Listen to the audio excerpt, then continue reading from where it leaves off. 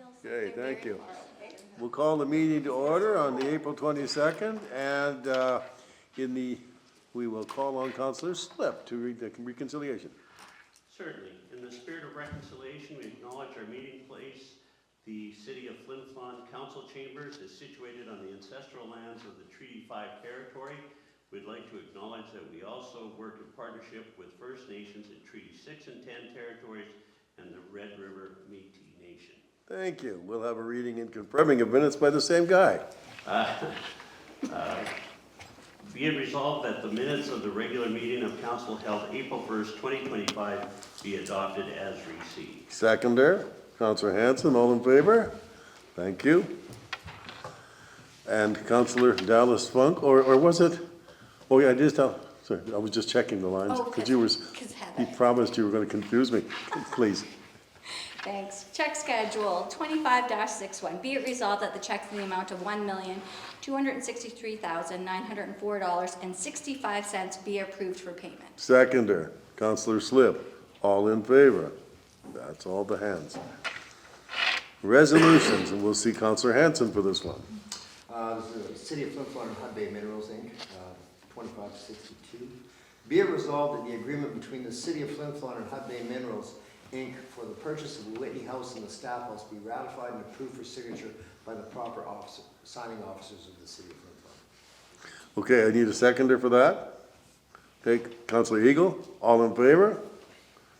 I guess that one's done. Animal Control, Councillor Hanson, you're taking this one. Oh, just a second, Sorry? please. I just want to leave the room because it's Okay, a conflict for me. Sure. Okay. Well, no, they're gonna have, I might have to yell at you. Oh, there it is. I see it, no, it's on the floor. I had to find it. Yeah, I love the buzzer. Okay, so Animal Control, go ahead, sir. Okay. 25-63. Be it resolved that the agreement between the City of Flin Flon and the Animal Control Officer be ratified and approved for signature by the proper officers of the City of Flin Flon. I need a seconder. Councillor Lidwin, all in favor? That is done. Whoops. It's a long way down to that. Oh, it doesn't. Oh. I want to just try that again. Yeah. Well, there it is. You're right, I can't hear it. No, you're right, I'm not very good. I know. I know. It's loud. Okay, maybe if I was sitting there. Okay, 4-3, Councillor Litwin.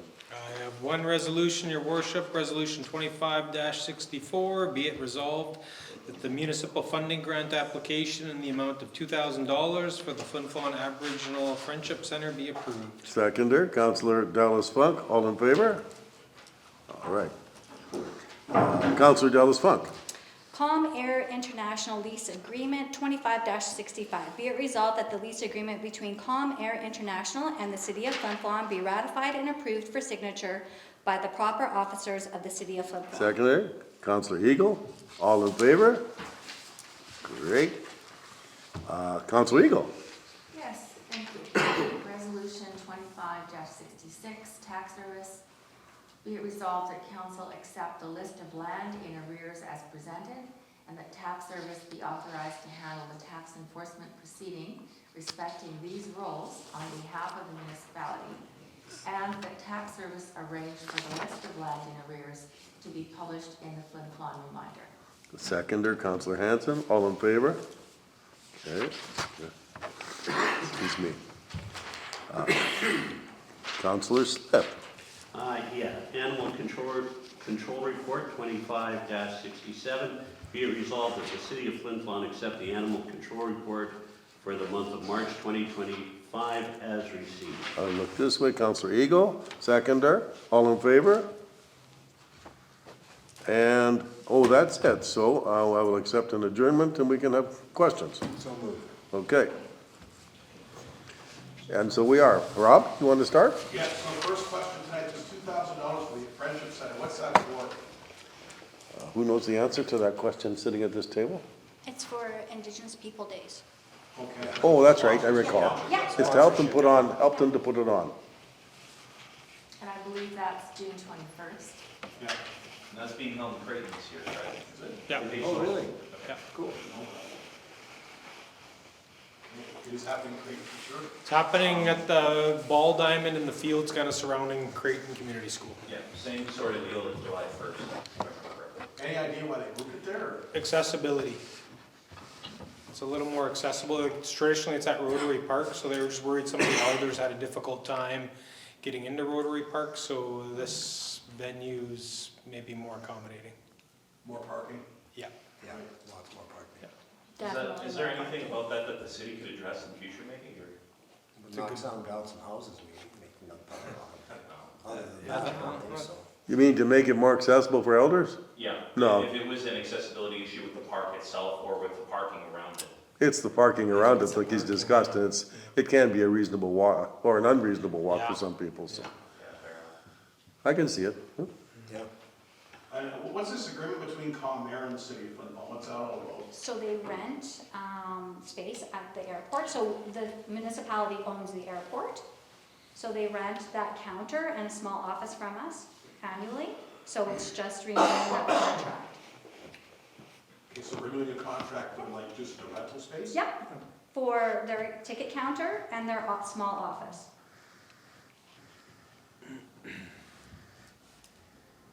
Okay. And this agreement with the city of Flin Flon and Hud Bay Minerals, so you guys, Hud Bay, who owns this now? Is it Hud Bay still own that property? No, I believe we do. No, as of now, Lynn? Yeah, Hud Bay owns the property. We've been leasing those two buildings. And so now, with the intent that we would purchase them, Okay. and we are now in a position, it takes longer because there's lots of legal activity between the two, right? And so we are now in a position to sign that agreement and move forward with the purchase of the two buildings. And Okay. we will purchase them for $100. Any idea when you'll take those over? We already have, basically. Well, we have been using them, that's correct. Yeah, I knew But that. in terms of the actual transfer of ownership, it'll just depend on how long now that we've got signed. The documents will be signed by us, we'll push them forward to Hud Bay, and we'll continue with that process. Okay, so let's say the next few months then? Sure, that would be perfect. Okay. And one last question. I know some people went to the AMM conference. Can you kind of give me some details of some of the things you guys discussed about went down there, please? I'll start with saying that we did go to the AMM meetings, and what it was a mixture of us going to a bunch of presentations put on by AMM, and that, and a series of visits to the legislature with different ministers that we fit into the same time zone, time slot. So we went back and forth quite a bit in order to lobby for, funding for our community, that sort of thing. We're looking for extra funding for the pool, specifically that and a few other things, business opportunities. So we did those kinds of things. And then Councillor Dallas Funk was just mentioning that in one of the sessions she went to with Ms. Brown, that was specific to management. Yeah. So the Association of Manitoba Municipalities. So if you're a CAO within Manitoba, you can apply and become a part of that association. So that governing body is trying to make it more legal within the province, so they're allowing the municipality for that. So for example, like if you're a registered nurse, then you have to apply for licensing with a governing body, and they want CAOs to have to apply and have certain criteria to be part of that governing body. So it was really interesting to listen to that, and about the lack of CAOs within our province, and about a mentorship program that they're currently working on right now. So that was really great to hear, because we've been in that boat.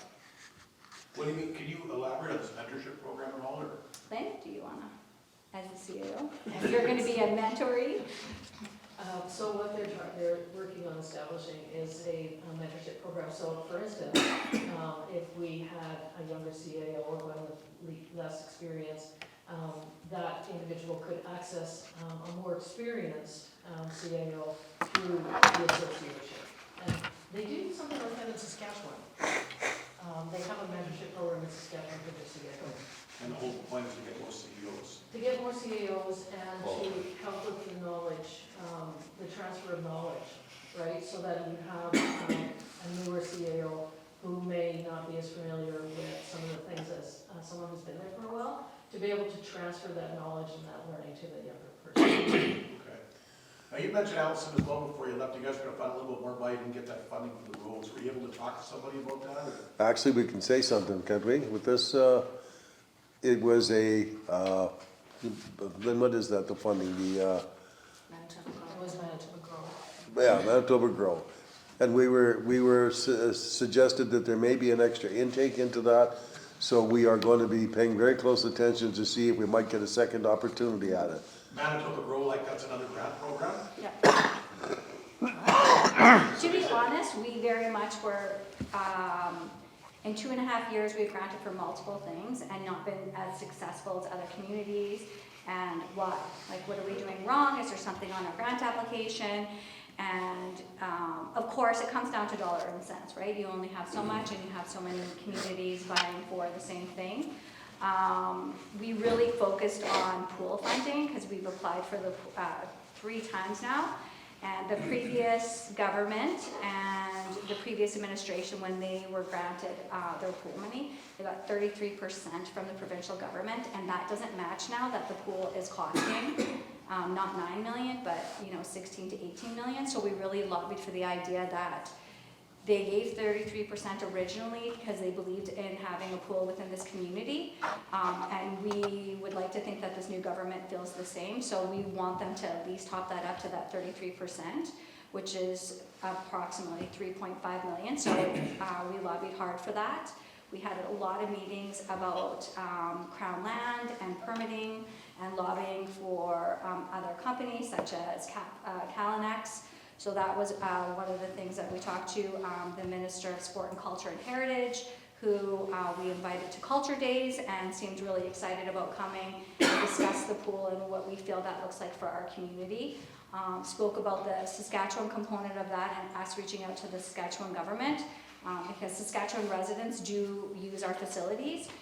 So seeking that kind of help from the ministerial level to speak to other ministers about that. That was one of the things too. On the last day, we went to a municipal association board, which is our governing body when we're not doing things right. And they had a mock council meeting, which was really cool to watch. And they had disgruntled community members and conflict within council and not, saying when you have conflict and all the things. So that was really great to kind of get a refresher of what it looks like and what other communities do as well. So there's a lot of things I could go on probably for 45 minutes, and I'm coming to the radio tomorrow, so. Okay, so the Manitoba Grow grant program, are you looking to, is there something specific you want to do that? Is that for the pool, or is that just for stuff in general that you're looking to do? We're not sure yet, but I think we're going to concentrate on the pool. Okay, so what, this roads thing, is that put to, is that put to bed? Well, it might be put to bed for 1 year. Okay. We'll have to look and see what our possibilities are, decide which direction we're going to go. Okay, so But we're still doing road work. We're still doing. Oh, we're still I doing knew the that, but roads. I'm talking about this additional No, funding. the extra What I was funding. gonna say is for this Manitoba Grow grant program, we look at use of funds towards the pool then. Yeah. I just wanna make sure I get everything right before I put this Yeah. on the Yeah, and our thought process is that it'd be better to go for the big one, the one that really matters, this And I know year. that you have $900,000 put aside for roads, because you Right. said that, but the reason why I was asking is Allison had mentioned the last meeting, you guys specifically asked. That's right. Absolutely. But if we have to choose one, we'll choose the pool. Yeah. It's far more impact on the future of the community. Yeah, and you're in the midst of doing it, so, Yeah. Well, on the debt load that we would be carrying is what. okay. We were also very clear about being there again, because we have met with ministers many, many times, both when we go out for meetings in Winnipeg and in Brandon, as well as requesting those by Zoom. So this time, we were also making sure to be very clear in a concerted effort that we aren't coming to these meetings with ministers that we request to ask for their advice and then say, give us money. We're coming with specific economic development opportunities that we're aware of, that we're willing to back, with specific with specific resolutions and remediations that the government can do to help us do that. And so it seems like this time, the more specific that we got, the better off all of the talks went, but we worked on it a long time.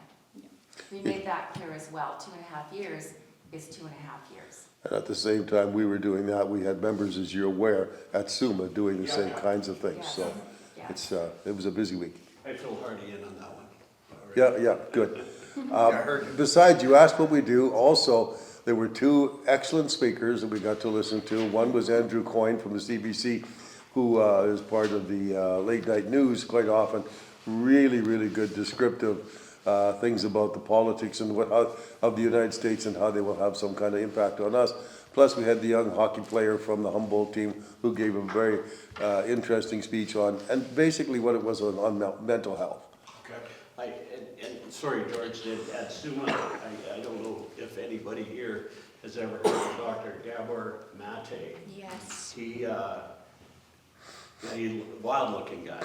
He's got his hair's everywhere, there's lots of drama. But he gave a keynote at SUMA, and it was exceptional about addiction and,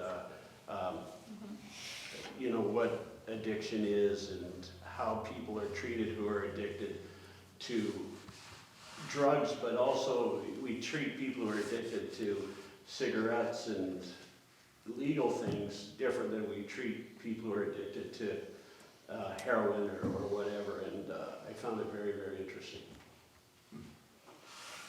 Next. Thank you. Thank you. So I wanted to ask a couple questions relating to this, to the purchase of the staff house and the Whitney House.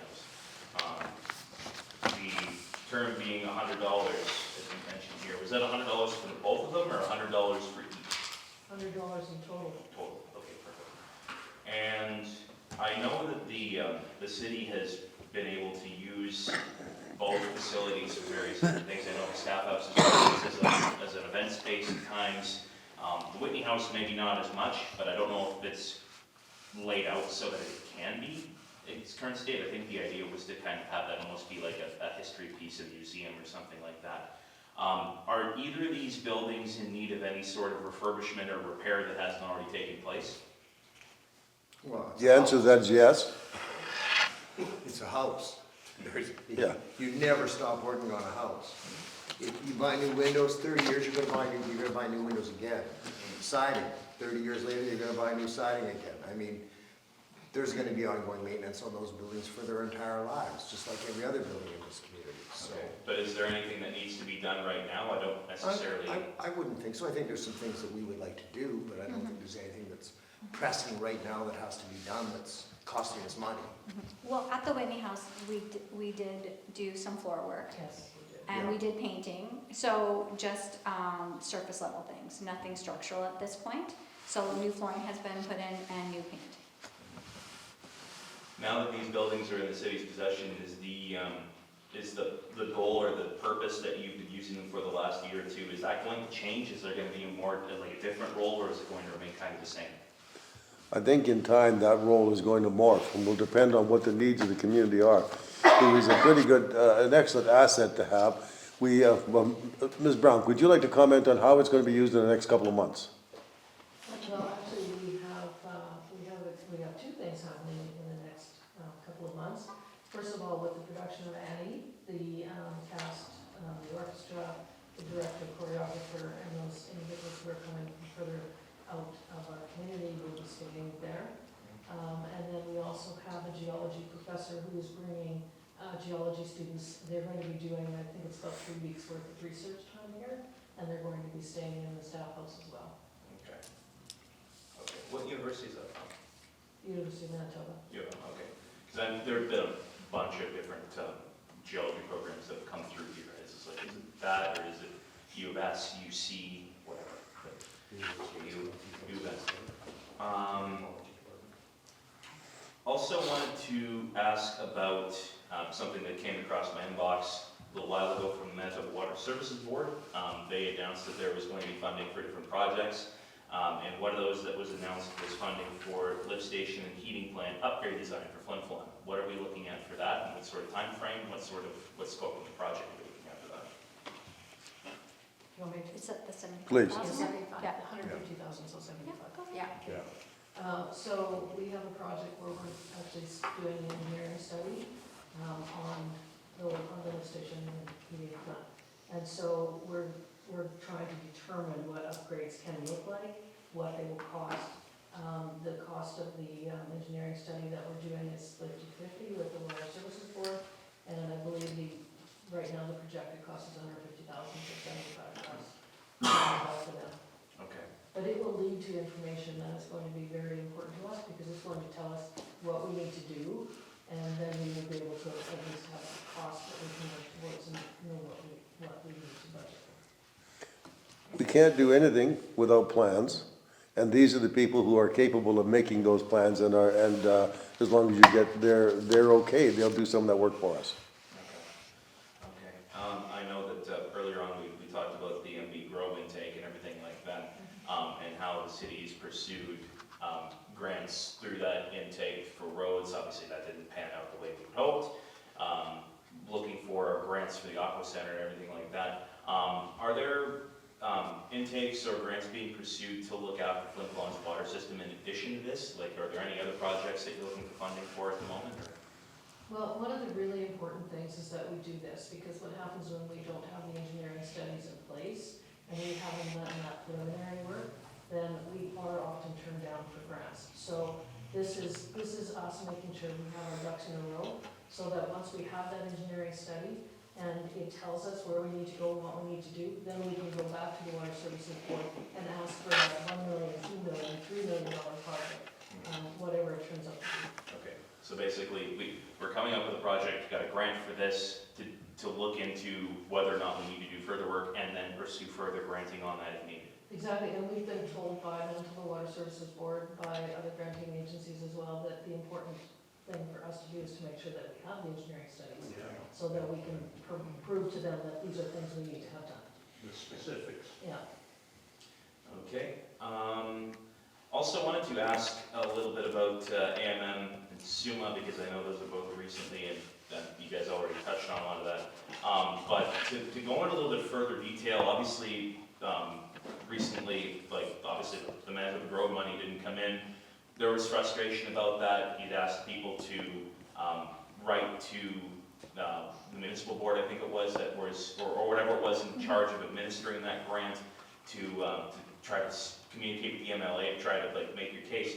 And I know that at AMM, a lot of it is speaking with government figures, officials, cabinet ministers, everything like that.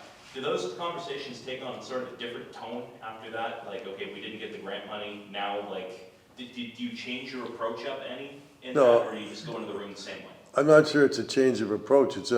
We were very specific and very clear with the condition that we're dealing with this in this community. For example, with the roads, we said we've been in office for 2.5 years.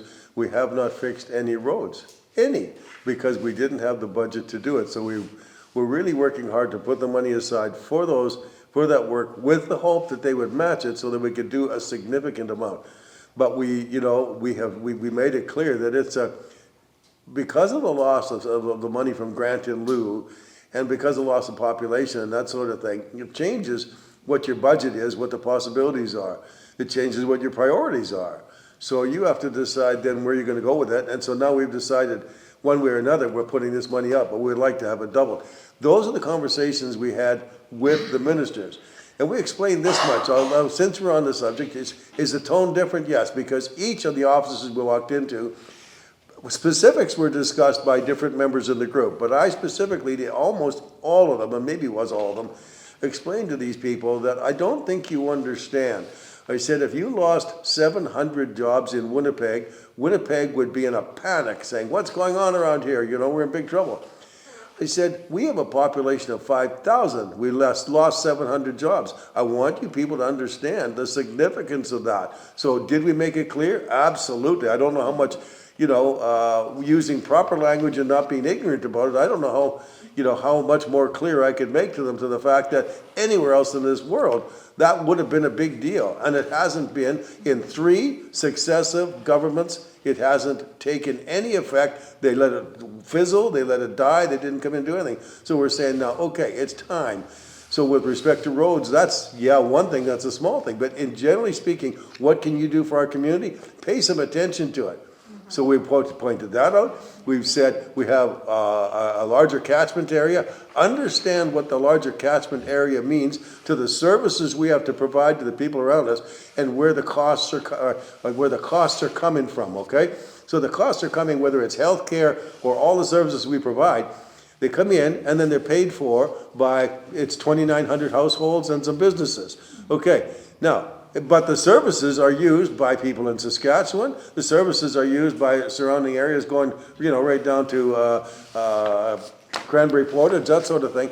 So we had that conversation with them too this time, very clearly saying, we need some help. We need someone to understand what this is. You look at the picture and you tell us how we're gonna fix this picture. So yes, we did have some serious conversations about all of it and pointed out, this is where we're at, and we don't get to correct these things ourselves. You need to understand the picture if you think you're gonna have a town here. So that's what we want, and we wanna have a town here. So we were very specific. Fair enough. George, you get to pull out your, I'm not mad, I'm disappointed teacher voice. Kind of, yeah. It came out. Yeah. I'm just saying. Nothing I haven't heard before I at was some a point, to be student, I honest. know the voice. I was a student, I know it too. Anyway.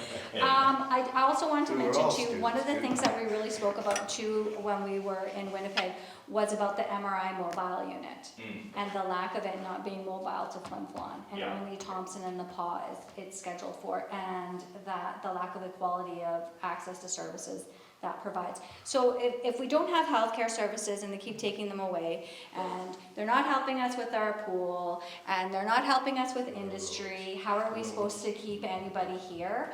So we really explain the idea that people can live anywhere and work in Snow Lake and travel. So, and I made it very clear that they're moving to Saskatoon, not Winnipeg. So they're not gonna, they're losing out on municipal dollars as well. So they need to keep that in mind with our community. If our community is dying, they're going somewhere and they're not moving to Winnipeg. They're typically moving to Saskatoon because driving from Saskatoon to Snow Lake seems to be a lot better ride than Winnipeg. So we really spoke about that quite a bit too. We did. Did they say anything about that they're gonna start including Flin Flon? Because the reason why I'm bringing that up. I agree with you. I was Are at a you? healthcare meeting, Yeah. and the head of health said it was coming to Flin Flon. I agree with you. And so when we were first elected and the MRI mobile unit was discussed by the health minister, Uzoma, and their team, it was said that it would go to the three communities.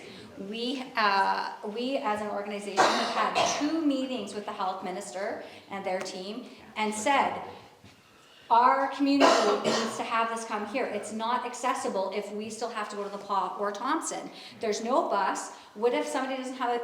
Anyways, it's a whole soapbox and we could make this meeting go forever. So we were very disappointed as a council that, and for our community, that wasn't followed through. So our questions are, what are the barriers? Why is it not coming? Is it just a delay? Are we just simply dropped off?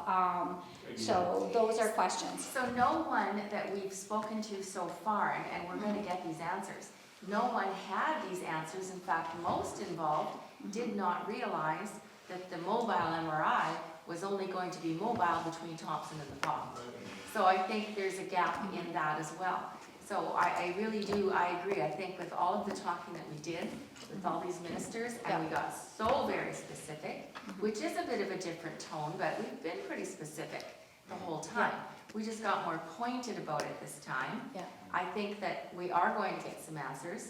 I think we are going to get some action. And I think that, yes, 2.5 years has gone by. 700 jobs are gone. We're still here. We are thriving. We plan to stay. You gotta jump in the boat with us. So to your point, yes, the tone changed from the last time. I can tell. Short answer, yes. Yeah, look, I like long answers. They give me stuff to fill a newspaper with. But going on that discussion with the mobile MRI though, because obviously, like in the provincial budget this year, it was announced as Thompson and the PAW, and the scope of that's changed obviously because it seemed like Flin Flon was going to be part of that for a while. Was there ever an explanation given to anybody here about why it wasn't? Was there ever an explanation why we're only putting it in Thompson and the PAW, and here's why? No? Never once. Yes, there was. Yes, there was. They talked about we didn't have a pad to park it in or somewhere to plug it. That was a maybe. That was. Well, that's all we were given. Well, But- you know, but the we- thing we is though, haven't we gone do to have a the pad. answer. Oh, I know we do. We do So we have a did pad find and a out. plug-in for it. Oh, I Right know. behind primary health Oh, care. no, we do. Yeah. So, So what they're no. doing with Thompson and the PAW is they're changing the seasons based on one of the communities, the MRI can go inside of a structure, and another one doesn't have that. Summer months and one have the winter months. I just give us a couple months. We don't really care at this point. But the tri-communities, Creighton, Denver Beach, and Flin have formed that health committee, and so they have community members. We're just in the midst of making it what we want it to be and kind of what that mission statement is. We have already asked that question about the MRI mobile unit on the initial meeting. Raj was there and we asked and said that that was one of our concerns. So we're just in the process of working through that whole committee and forming it. Forming a new committee takes some work because you kind of need to know exactly what your focus is, because healthcare is this big, and we need to kind of put our focus into something. So I think the MRI and mobile unit will probably one of the first things that we work on. Suma, I'm very happy to meet with the Jordan Bailey, the MLA for the Creighton area, and he is well aware, which was a breath of fresh air to actually hear from an MLA, but to talk to him, and he's aware of the situation with healthcare specifically. That most of the people come from Saskatchewan who use our hospital, and he is also well aware of the committee that's been formed, and very receptive and wanting to try to work together with the Manitoba government as Lloydminster works, Saskatchewan works with the Alberta government to help fund this hospital so we can service both the folks from Manitoba and the people from Saskatchewan who are using it. And we specifically told him, we said, the building's there, we have the facility, we just need the people inside operating and helping women have babies and doing the right thing for the people of northern Manitoba and northern Saskatchewan. And to get back on the MRI, because like now, like if we're getting into inter-border relations like that, depending on how you want to frame that conversation for either Winnipeg or Regina, it's like trying to, it's all Greek to them. There isn't a lot of inter-provincial cooperation or anything. Well, there is. Except Saskatchewan seems more responsive to it, because they have a number of communities that they have to do this for, Lloydminster being one. And it's not just a councillor from Lloydminster stood up and said, hi, I'm councillor, I can't remember the lady's name, from Lloydminster. We're the town with the wiggly man, like we have at Ford, waving and saying, hey, we're over here. And I went up to her after I said, that's exactly the same position we're in, is we're waiting and need attention, and that's what these folks went to bat for us in Winnipeg. So it seems to me that just talking, I mean, we don't have specifics, but there is an agreement between Lloydminster, Alberta, and Lloydminster, Saskatchewan to fund that hospital there. And we should be able to do something similar here. We should. Anything else? Yes, I was just also wanted to know, can I get a status update on the process behind the next city budget? Because I know we're kind of getting around that time of year when it will be released. So how's it looking, and do we have a date for its release? I'm just waiting for the municipal board to approve the special service levy, and then we'll have the information out in the papers for public notice and so on. Okay, sounds good. So everything in terms of, everything that's, can be controlled by the city right now in terms of dollars and cents is all done? Okay. All right. What we stay waiting for there, sorry? Approval from the municipal board for the special service levy bylaw. And that's currently here on second reading, right?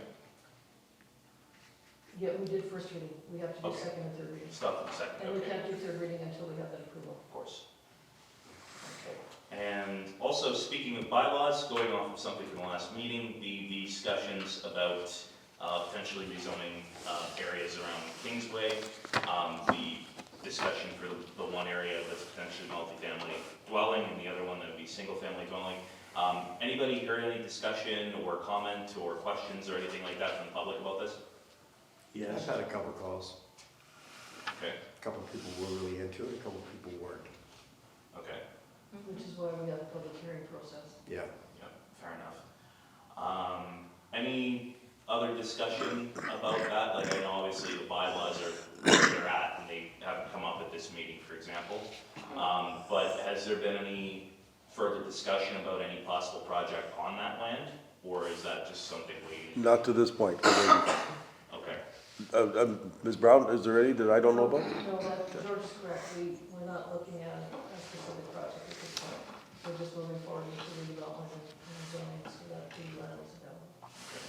I was also, earlier today, sent a link to a petition that's been going around about this, and about the idea of potentially building out there. Some people obviously seem opposed enough to this project, or the idea of something like that happening, that they put a petition out. Anything that anybody would like to say about that getting out there, or anything that they would like to clear up about anything regarding this? Well, I think it's anyone's right Yeah. to organize and to do that, and it's any council's responsibility, to do a first reading, so that you can invite the public to say, come and tell us what you think, and tell us why you think that. So I think the whole process is being well managed, both by the city and by anyone out there who wants to sign a petition, or come to June 3rd, I think it is. Yep. Yeah.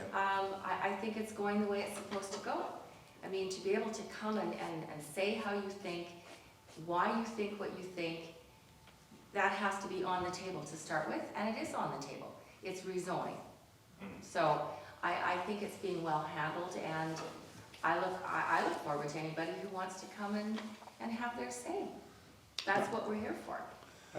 As a council, over the last number of years, we need lots. We need good flat lots, and not infill lots, although we have lots of those. We need to create a space for new homes to go. Like 9 new homes, a development will be $100,000 in tax revenue. We've not had anything like that in a long time. And so as a councillor, you have to, I spoke to one of the residents, and he was quite adamant. And I just said to him, I said, I'm sorry. I said, I appreciate you and I appreciate your point of view, but I said, as a councillor, when I look at this small piece of property, and I look at the families that it could service, I'm kind of set in my ways. But if the public opinion is so far against that, well, of course we have to listen to that. But at the same time, as a council, we always have to be looking to the future to be build ready, as we've talked about in the past. So we need to present stuff like this. So, and our options in Flin Flon are very limited. That's for sure.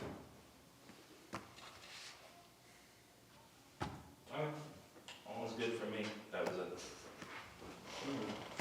You done? Just quickly, I should have mentioned this at the end of the meeting. Although it didn't end up the way we all wished, I'd like to congratulate the Flin Flon Bombers on another great season, and specifically the coaching staff, and more specifically, of course, the players. I mean, these guys, but the volunteers with that organization are unbelievable. From the treasurer, who's my wife, but all the volunteers that make that machine run, and it is a major machine, to the great billet families that take these boys into their homes, not knowing them, not knowing what kind of personality they have, what their eating habits are. They take them into their homes, they nurture them, they become part of their family. Very rarely is there an issue between a player and a billet. Rarely. And so congratulations to the actual team on the ice, but congratulations to the volunteers that support that Flin Flon Bomber organization. Hear, hear.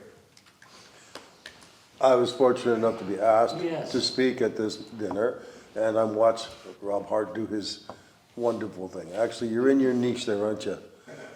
Yes, he is. He's going to be winning awards for the kinds of things he does. The comments made, though, specifically, like my point is the same thing as you, thanking the people involved, the workers, the families, all that sort of thing. The community is behind this all the way, and it means so much to the community. So, you know, we can do whatever we can to make this work, and I think as a group, that's a wonderful thing. But, like I said, you see who's involved, like yourself, it's great, and what happens is that anywhere we go as representatives of this community, that comes up. Yeah. You know, as a big part. There's hardly ever a time we go anywhere that we don't end up discussing hockey. So if we bring the real hockey savvy people with us, they're talking in a greater depth than maybe mine. But you know, it's always there, and the history behind it is fantastic. So hey, we're coming up to our 100th year, and I think that we're going to work together to celebrate all that. And for one last thing, with us being in and out and away and at conferences and everything else, I seem to recall, we're throwing kudos around, I seem to recall our esteemed reminder reporter being nominated for some awards as well. Am I correct? Yeah, put them on my tab. Anyway, I want to make note of that because we do have some very experienced people here who do what they do really well too. Thank you. Thank you. Now I'm going to switch over here.